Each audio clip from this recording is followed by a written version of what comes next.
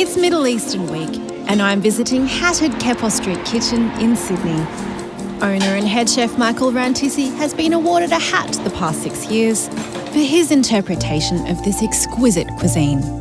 This for us was never the target. For me, it was more kind of expressing myself. We started doing something that was just us. That was mind-blowing for us to be able to be recognized for doing something we love. Michael's awarded menu features some traditional favourites, including one particular controversial dish. Perhaps the most political question when it comes to the Middle East. Who owns hummus? Oh, that's a very, very, very harsh question. It's full. Very full-on question. I think the person that owns the hummus is the person that does it the best. So as long as you That's do a very good diplomatic response. Michael and his team prepare hummus daily, starting with the soaking of dry chickpeas overnight, which are then boiled with a little bicarbonate of soda to help them break down. With hummus, it's the cooking of the chickpeas itself and the variety of the chickpeas that you use and the region of it, that all of them have a lot of influence over the end result. I've made hummus at home. Not going to lie, I have used tinned chickpeas. Is that a bad thing? Can you get away with it though? I think you can get away as long as the guests don't know. Tahina is a very, very important element when you're doing a good hummus. The ratio should be pretty accurate. I work on one-on-one ratio between tahini and chickpeas. Once the chickpeas and the tahini reach a silky smooth consistency, it's then time for the seasoning. It's already, it's super smooth. So what I want to do, I have mixed some garlic with water. Okay. So instead of having, because a lot of time you get the garlic inside it and it has those little bits and pieces of garlic inside your hummus. And I think it keeps the whole thing a little bit more silkier. And this is some lemon juice. Good amount of salt. Wow, so you've really, really created such a fine, silky kind of texture here. And I can smell the unmistakable sesame kind of smell. Please. Okay.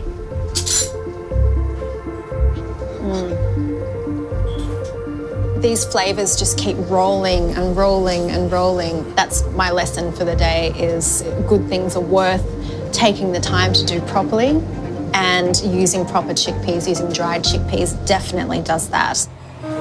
A signature dish here at Keppel Street Kitchen featuring hummus is falafel for breakfast. It's what my dad always used to love eating over the weekend. That was his weekend treat, the whole hummus and falafels and vegetables and pickles. We needed to give people one breakfast that is a big breakfast, and to give them sausages and baked beans and toast that did not really connect with what we were doing. This week in the Chef's Line kitchen, apprentice chef Pili took on the home cooks. I hope they like a little bit of chili. As they were challenged to prepare the Middle Eastern classic falafel. Yeah. Pili prepared Michael's recipe, combining chickpeas, fava beans, coriander, parsley, garlic, chili, onion, sesame seeds and cumin. We're proud of you, Philly. Go. Thank you, chef. And delivered a stunning plate to the pass, served with green tahini.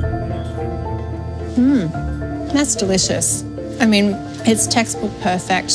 But for me, home-cooked Marshid's version was a cut above the rest. Delicious.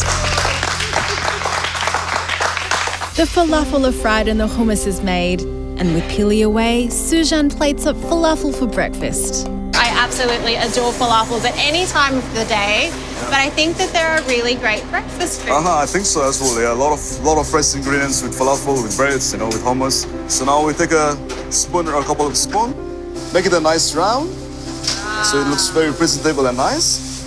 What else goes on this plate? And we have a labneh cheese here. Labneh is a cream cheese alternative made from double-strained yogurt.